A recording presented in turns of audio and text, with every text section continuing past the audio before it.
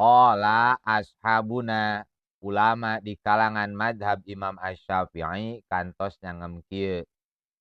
Walau hadarat as-sholatu al-maktubatu lamun mah salat fardu geus hadir waktuna alias geus asup waktu. Wahum sairuna bari para rombongan masih keneh aya di perjalanan dina kendaraan modelkeun dina kareta.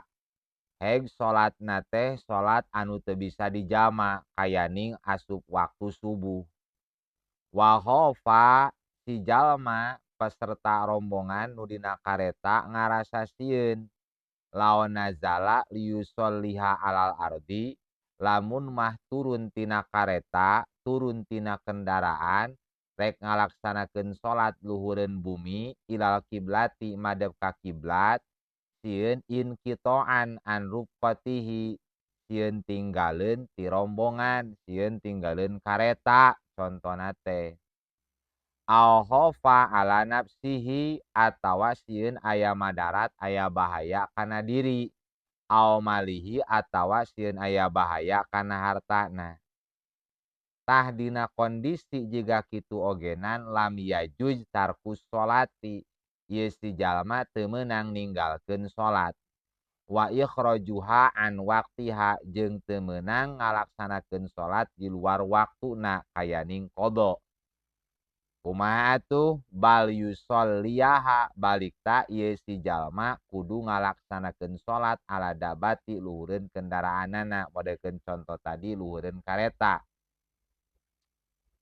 Keun bae teu madep ka kiblat ogenan salatna sakemampuan bari diuk hanya saja salatna lihurmatil wakti pikeun ngahormat waktu jeung deui watajibu al i'adatu tatkala si jalma geus aya dina kondisi normal henteu dina kendaraan geus turun geus jongjon ngalaksanakeun salat tah eta si jalma wajib ngabalikan deui salat anu tadi dina kendaraan li'annahu udrun nadirun karena kondisi jiga tadi aya dina kendaraan eta teh udur alias pamengan anu langka.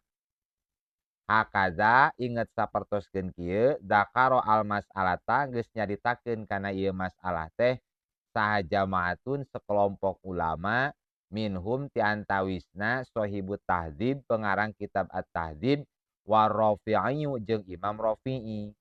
Wa qala ngucap sapa al Qadi Husain Imam Qadi Husain nyangem kieu yusolli ala dabah dina kondisi jiga tadi sok si jalma salat bae luhureun kendaraanana. Kama zakarna sakumayen geus nyaritakeun kami. Qala wujubul i'adati yahtamil wajhen. Saur Imam Qadi Husain wajib jeung henteuna ngabalikan deui salat eta teh pantes aya dua pendapat. Ahaduhuma pendapat nu kahiji mah la tajibu teu wajib ngabalikan deui salat kasiddatil khaufi sapertoskeun salat siddatul khauf wae teu nanaon teu madep ka kiblat ogenan. Wasani pendapat nu kadua mah tajibu wajib ngabalikan deui salat li anna hadza nadirun karena kondisi jiga tadi teh termasuk kondisi anu langka. Jadi salatna hanya sakadar lihurmatil wakti jangan hormat waktu.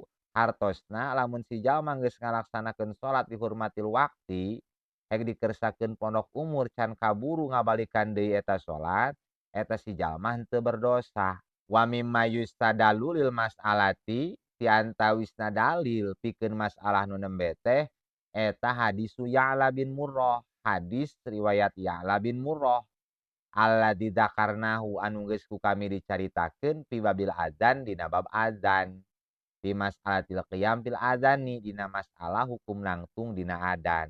Jadi lamun masih jalma keur aya dina kendaraan bareng jeung batur modelkeun dina kareta geus asup salat subuh sedengkeun salat subuh teu bisa dijama jeung salat samemehna atawa sabadana si jalma moal mungkin turun ngalaksanakeun salat da kareta mah di batas waktu jeung lamun sakira-kira aya waktu nu panjang ogenan sieun aya kaleungitan barang-barang dina kareta contona tah eta si jalma sok laksanakeun wudu terus laksanakeun salat ngan sabadanya di tempat anu jongjon jangan ngalaksanakeun salat, mangka salat nu tadi dina kareta kudu dikodoan deui.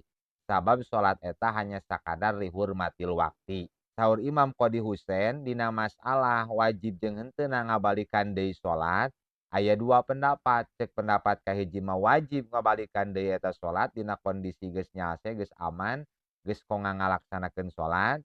Cek pendapat kadua mah teu wajib ngabalikan deui salat. Sabab kondisi jiga tadi salat dina kendaraan teu jauh beda jiga salat syiddatil haub bae. Teu kudu dibalikan deui. Rek nyanak pendapat nu kahiji mangga, rek nyanak pendapat nu kadua mangga. Nu penting laksanakeun salat sakumaha cek tadi dina kendaraan. Tatkala kondisina jiga tadi.